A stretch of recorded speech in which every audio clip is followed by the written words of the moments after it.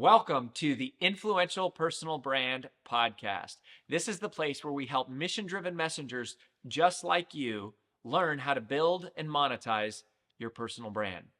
My name is Rory Vaden, and I'm the co-founder of Brand Builders Group, a Hall of Fame speaker, and New York Times bestselling author. And this show is to help experts learn how to become more wealthy and well-known. I know you're going to love it. Thanks for being here. Let's get started. Hey, one of my biggest dreams and one of the most important moments of my life as a personal brand was the moment I got assigned by a literary agent. And that took me years to figure out. It took me years to even understand who they were, what they did, how they worked, and then trying to get a hold of them to where I could actually talk to one and understand like how I could possibly build a relationship. And I figured that out. It eventually led to the book deal that became Take the Stairs, which became the New York Times bestselling book that launched my career. Well, today we are going to shave years off of your learning curve because you are about to hear from one of the most successful literary agents in our lifetime. Her name is Lucinda Halpern. She has worked with several best-selling authors, several of my friends, Dan Martell, Ron Friedman. I've known them for years. So she has signed book deals for authors as a literary agent with all the major publishers: Penguin Random House, Hachette, Simon and Schuster, Macmillan, so forth and so on. They have represented several New York Times best-selling books in all different categories.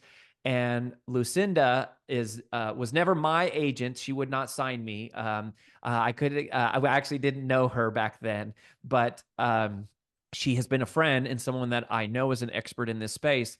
And she is switched sides to become an author. And she has a new book coming out called Get Signed: Find an Agent, Land a Book Deal, and Become a Published Author, which is coming out came out from Hay House earlier this year. And she is, we love Hay House.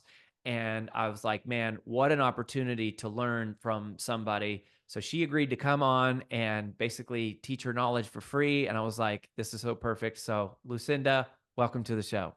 Thanks so much, Rory. If I had met you with Take the Stairs, I would have signed you right away, so don't worry.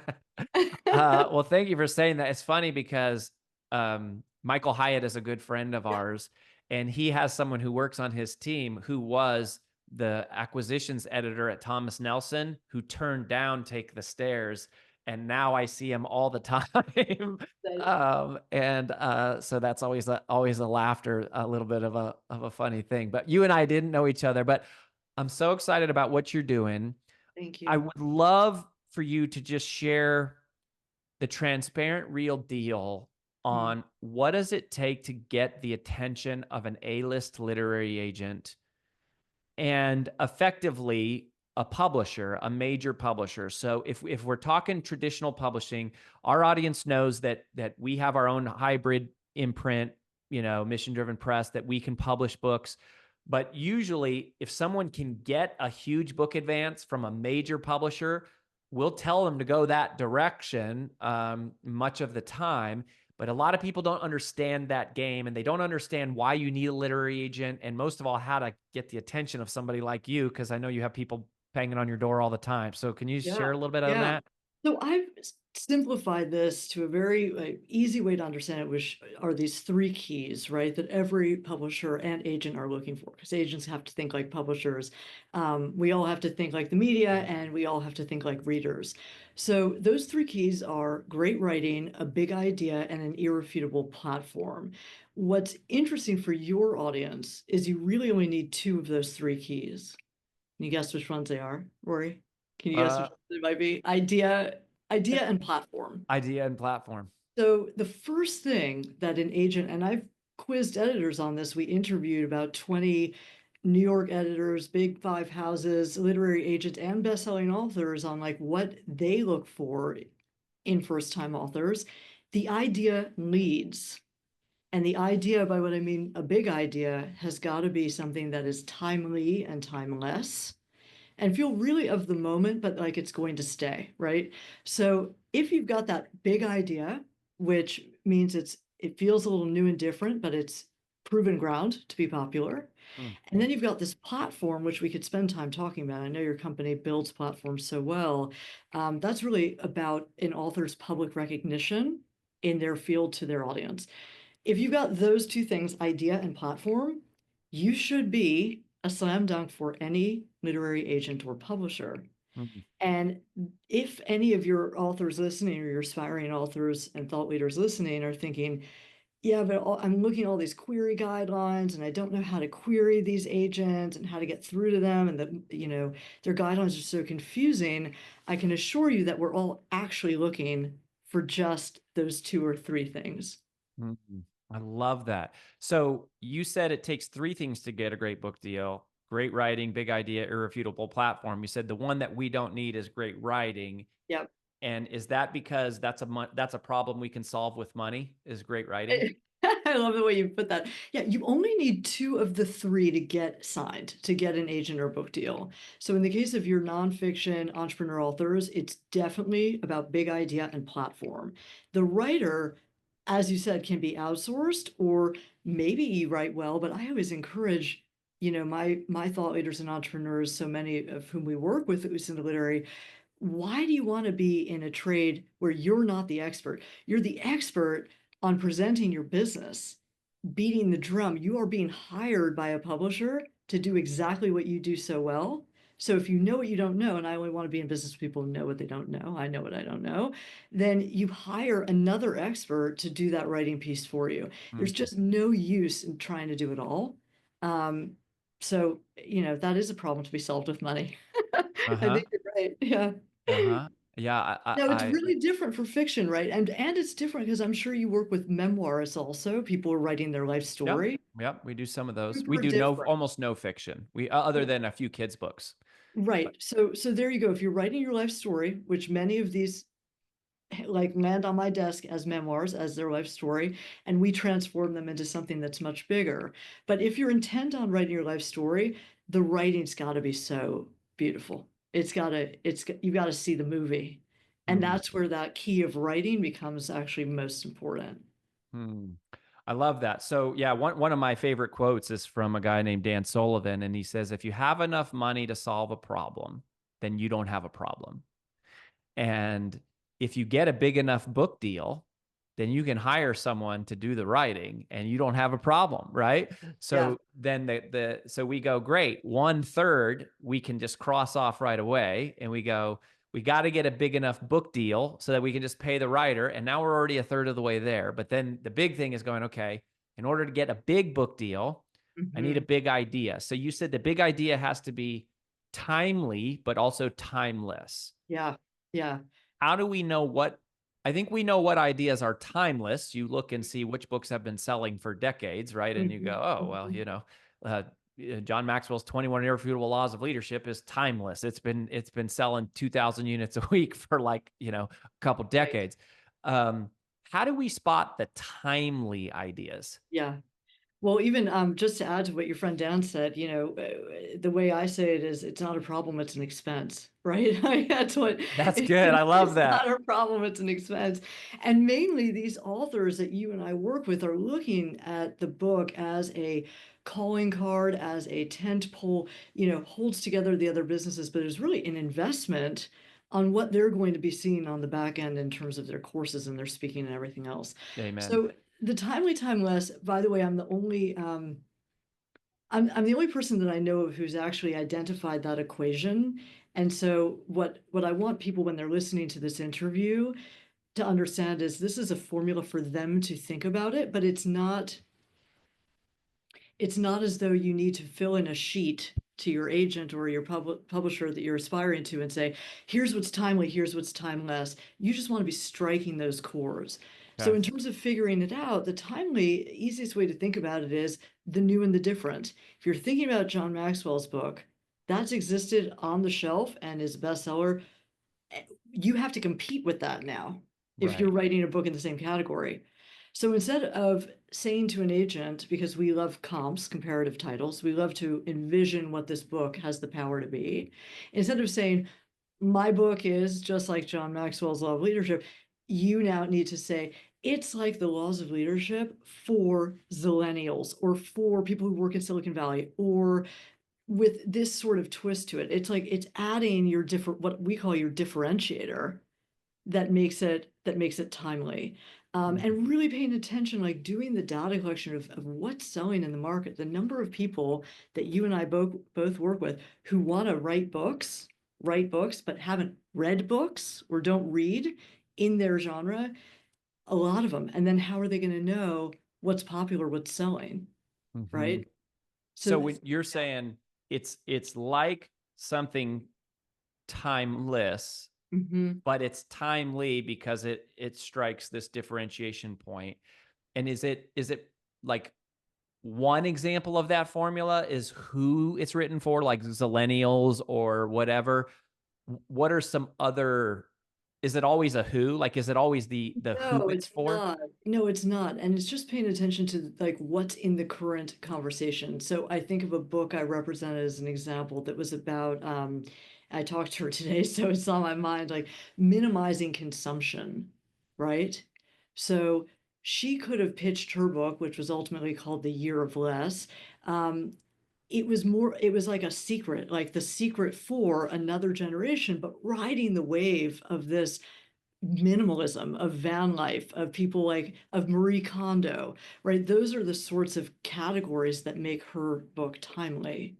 And so she's the timeless is always those universal themes. It's like love and loss and resilience and how to Mhm. get rich and how to lose weight, all Yeah. those things that we're perennially interested in. But there's some new appetite in the market It that jumps your one book book is that's up on. that's selling like crazy, which is a phenomenal book, is called The Psychology of Money. Yes, love that. Yeah. And you Yeah. go, it's just a book about money. There's a bazillion books about money, but it's the psychology of it. It's not the empirical, it's not the analytical or the tactical. It's more of like the emotional parts of money. Yeah. That's Yeah. what we tried to do with Procrastinating on Purpose. My second book was the emotional side of time management. That's how we pitched it and got the deal. Um, but it was really about how to multiply time. And my TED talk went viral because it was called How to Multiply Time. And it's all about the emotional side of time management. Mm. But we didn't call the book How to Multiply Time. We called it Procrastinate on Purpose. And that was the fatal mistake. I talk about why the idea was good, the title was terrible, and that's what Mm. tanked it. But, anyways, the psychology of money would be maybe, is that a good example of going, it's about money, Such a but good it's like a example. new spin on it? Although yours is an even better example because, title aside, had that book been pitched and published today, it would be incredibly timely. Because now there's so much burgeoning about EQ, psychology, mental health is huge, new masculinity, Brene Brown, all about vulnerability, right? Like these things are all coalescing, which means that your book, if it were sold today, would absolutely strike those chords of timely and timeless and may have had a different verdict. Mm, interesting. Well, maybe you can sell it to my publisher again. Maybe they'll pay, based on the terrible performance, maybe they'll They'll pay pay even twice more as money much the for second it. time. So I think, so one of the things you said here is you said something like pay attention to what's happening in the, go back to that for a second. So in Get Signed, I've got these it's right in the intermission. There's a great story in it about our friend Ron. There are four types of writers who get book deals.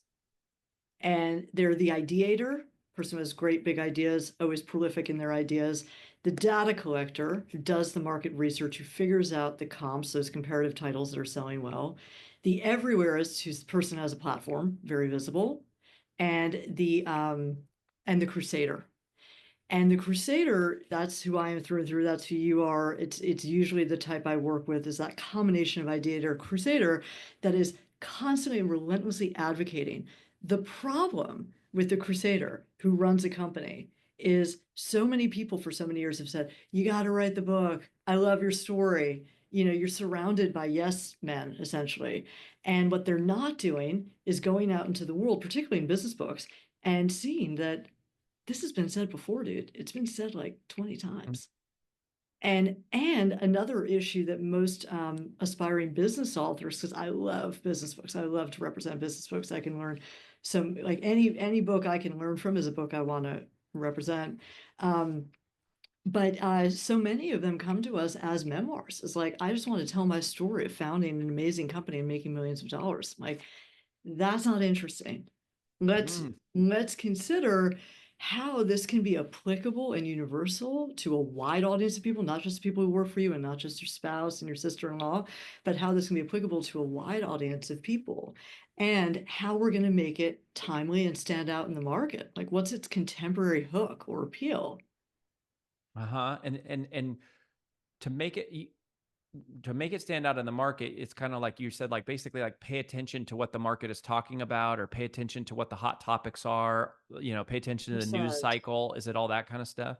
1,000%. But you know what? Right now, and it is here to stay, diversity and inclusion is like the order of the day, Yeah. right? So if you are not writing from that perspective, you should be including portraits of others, anecdotes of others from that perspective, right? And so that's like a small twist that you can be making in your pitch to show that you're not just like your average, I hesitate like how much of this is gonna be edited, but you're not just like your average person sitting around and writing a book because you feel like it and you feel like you've got a message to share. It is going out there and seeing what hasn't been done.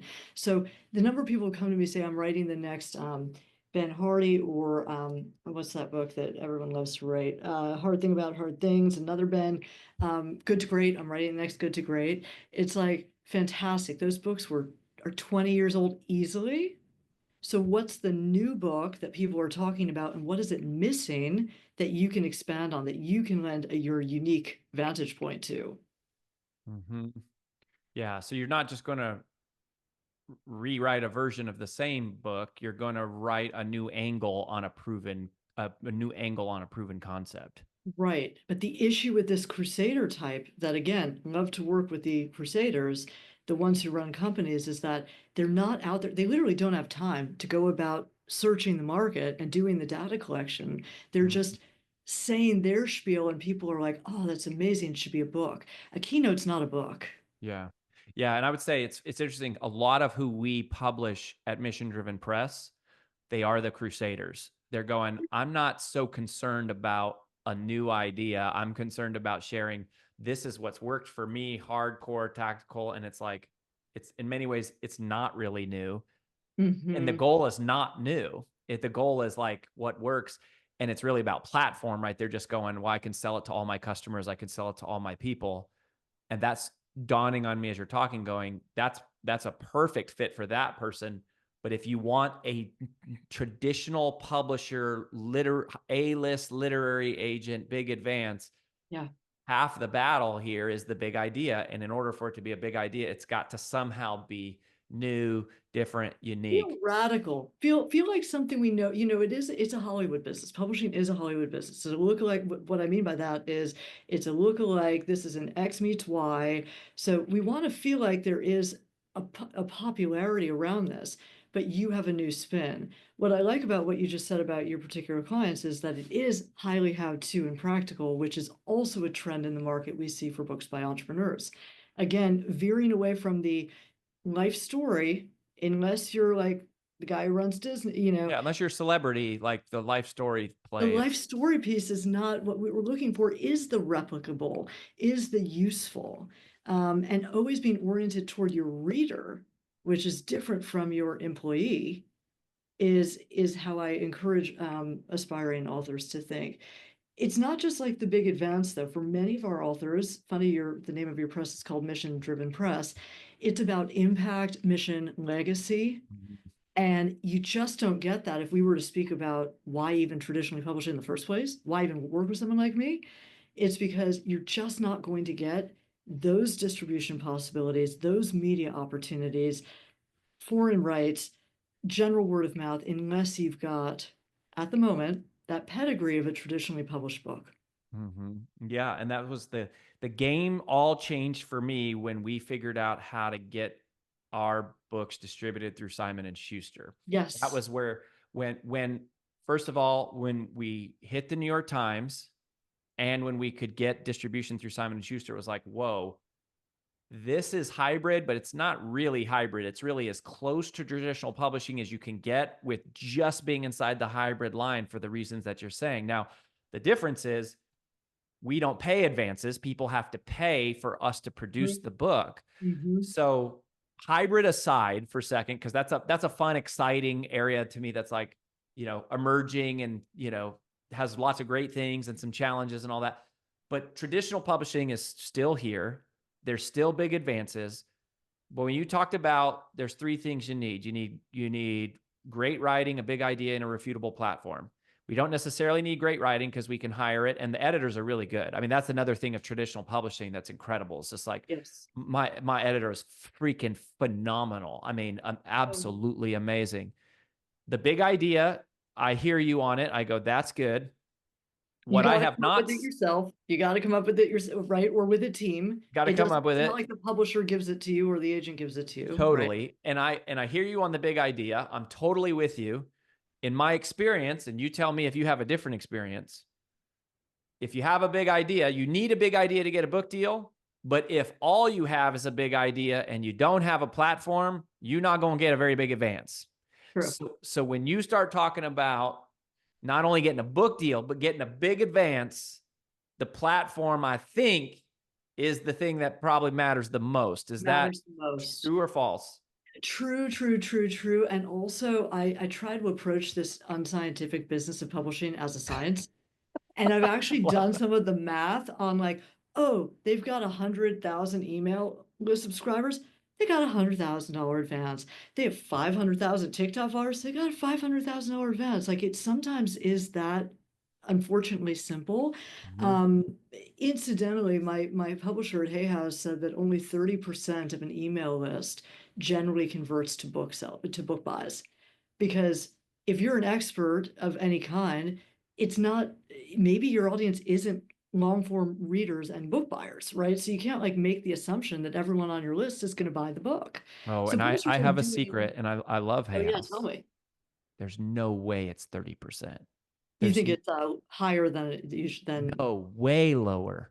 yeah, Way right. What I mean lower. is like that they overestimated. Yeah. And that's I mean, 30% is a generous. So if you have Yeah, very 100,000 generous. email subscribers and they give you a $30,000 advance, thinking, or whatever, based on 30,000, it's like, that's being super generous. The reality is if you send 100,000 emails, only 3% of those are getting clicked on anyways.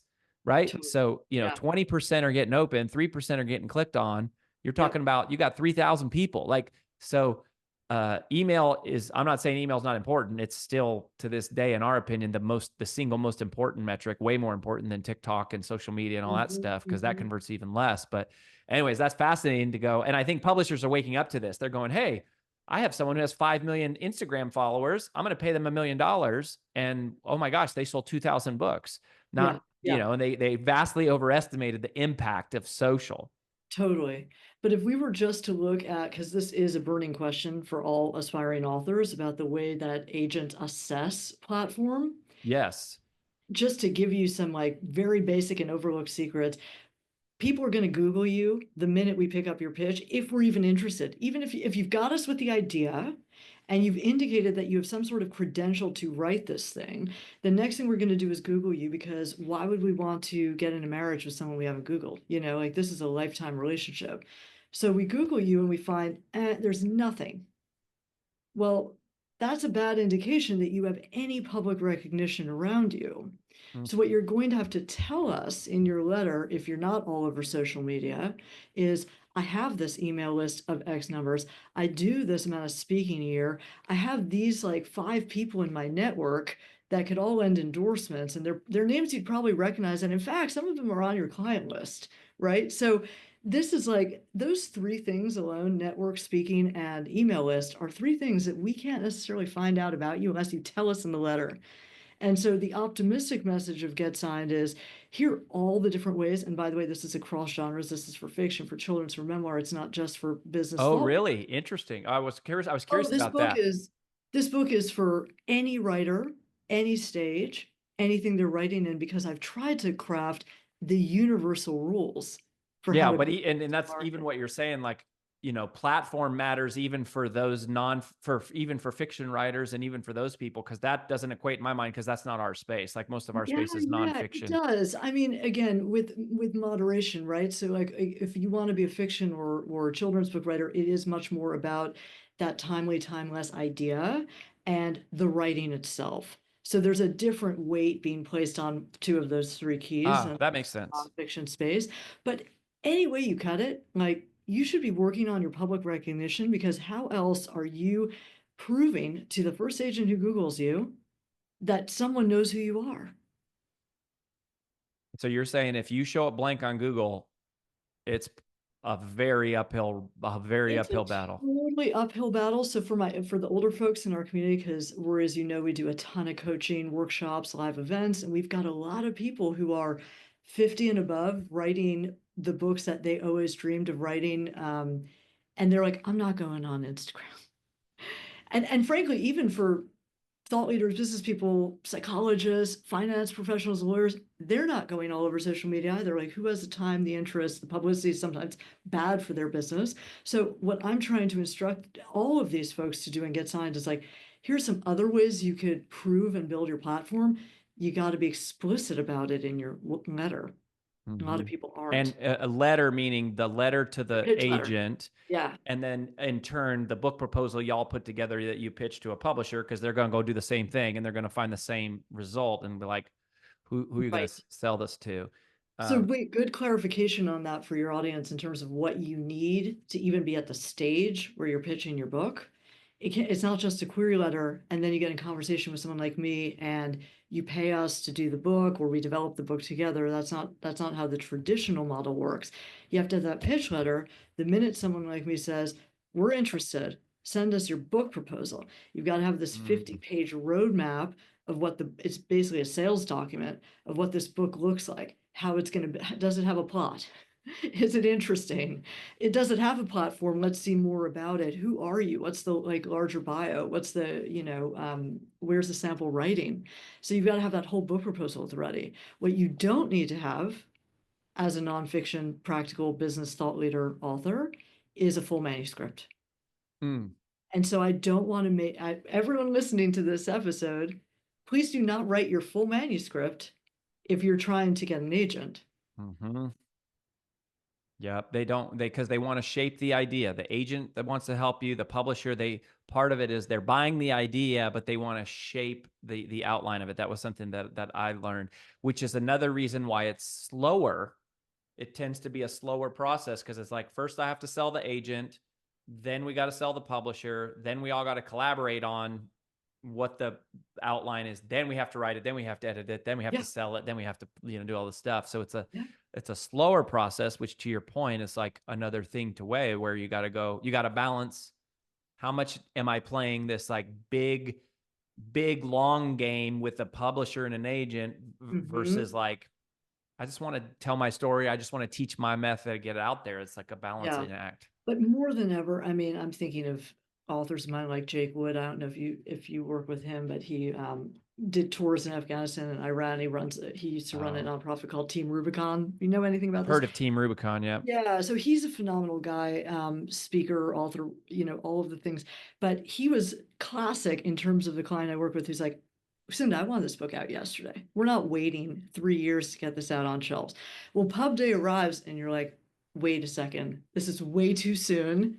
I'm not nearly as lined up as I want things to be, right? Because it takes so much groundwork, it takes such a village and you're never really ready when it comes out. But more than that, the people who contact me and say, this book has got to be out tomorrow, immediately my antenna goes up because I'm thinking, if this can't be successful in 5 years, it's not a book I want on my list because it doesn't have that timeless appeal.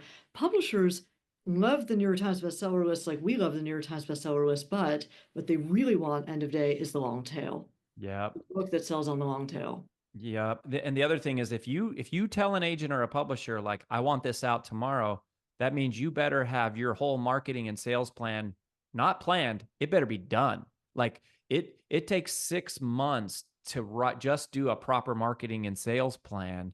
And so it's like if you're trying to advance faster than that, you better have the thing on lockstep. Yep. Before you go, I know we have to Oh, wrap up soon. I want to yeah. ask you about advances Okay. because I never like to ask authors what their specific advance was. I don't like to ask publishers what their specific advance was. But Mm. in general terms, I feel like literary agents can talk.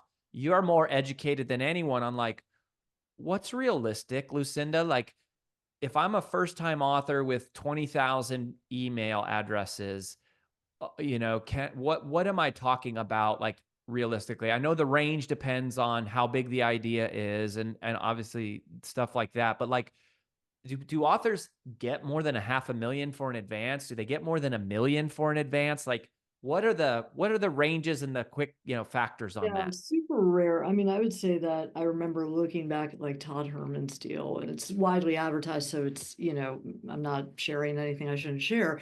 But I think he was like the last in the space that I'd seen as a new author to get $1 million advance in the space we're talking about, pre-pandemic, right? So it's like if you're James, I don't know what James Clear got paid to begin. I'm guessing it was a handsome advance because he built that list way past 20,000. So he had it all on lock. So I'm taking a roundabout way of answering your question. The 6 figure to half a million is very much the sweet spot for authors that are first timers, but have a robust platform, a great idea. And then if they hire a writer and do a great proposal, like that's also going to help, right? Um, so that's sort of like where we're focused and And where we're what's robust platform? robust would be more in the range of like 50 or even past 100, but it's a composite, right? I Like a hundred tell thousand email addresses? Yeah, but I'm talking about not just that data point alone, but they're doing speaking. They've got 20 people they're connected to who are going to have them on their podcasts or blurb the book or do XYZ for them, right? It's this composite. So it's network, it's speaking, it's email list, it's social, it's media that you've obtained. Like how widely recognized are you by the media? How often are you on the media circuit? So to qualify the advance based on just an email list, like I don't, that's not enough anymore, right? It's all of these things that can lead to a 6 to 7 figure advance. But we're seeing the 7 figure advances mainly not with the first time authors at this point, but with the proven track record they've had Even like if they're big like a best. celebrity, like a reality TV Oh, star or sure. something? If it's 1,000, yes. I'm talking more in our spot of like business books, thought leaders, but celebrities, absolutely. You would be looking at that. Yeah. Hmm. Yeah, that is it. Lucinda, this has been so good. As you could see, this is why I wanted to have her on. The book is out right now. Get signed, find an agent, land a book deal, become a published author. Lucinda Halpern is who we're talking to. Make sure you go check out this book. And these are the real deal on what it takes. You want to go traditional publishing, you want to get an A-list agent, that's in there. Or if regardless of that, if you just want to go, how do I spot my big idea? How do I write the book? And what do I need to be thinking about if I'm going a different route? I still need to write a great book. That's in there too. So, Lucinda, this has been amazing. I'm so grateful for you. And my friend, we just wish you all the best. Thanks so much, Rory. Love it. Thank you. Appreciate it.